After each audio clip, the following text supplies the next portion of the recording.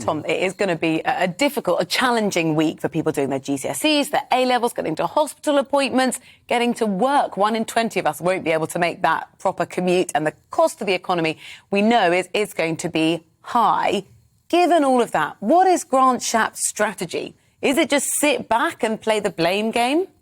Well, the government here are saying that the rail companies and the unions need to work out a deal. This isn't something that directly, in their view, involves the government. So they want to sort of try and encourage that conversation, but not step in as a clear mediator. Now, for the Labour Party side, they're saying that the government should step in, but there is a big disagreement there. And also one of the other things is the government is incredibly worried about what is being demanded of the rail companies here. We're entering a period of inflation that we haven't seen for decades. And what happened in the 1970s with strong union power along with high inflation was a very, very dangerous thing that economists call a wage price spiral, which is when wages chase inflation, then inflation chases wages, and you get this spiral effect where it pushes prices up even higher still. And looking this morning at the other unions across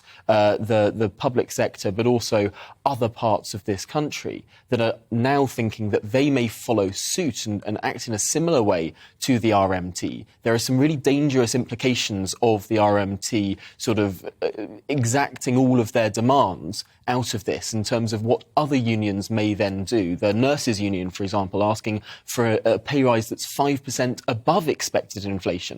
Now, that would be a 16 or a 17% pay rise. You can see the inflationary effects that would have on the economy. There are some real dangerous waters here. And this is the horrible, horrible thing about inflation. Frankly, if you want to stop inflation happening, if you want to get a grip on it, if you want to control it, you can't chase it with higher prices. Now, the governor of the Bank of England said something to that effect pretty recently, and he was admonished for doing so. But there is some truth to it. What you've just said is similar to Hazel, who says the government must stand firm on this. They must not give an inch. We're just emerging from a pandemic. The whole country's suffering. Why should these relatively well-paid workers get even more?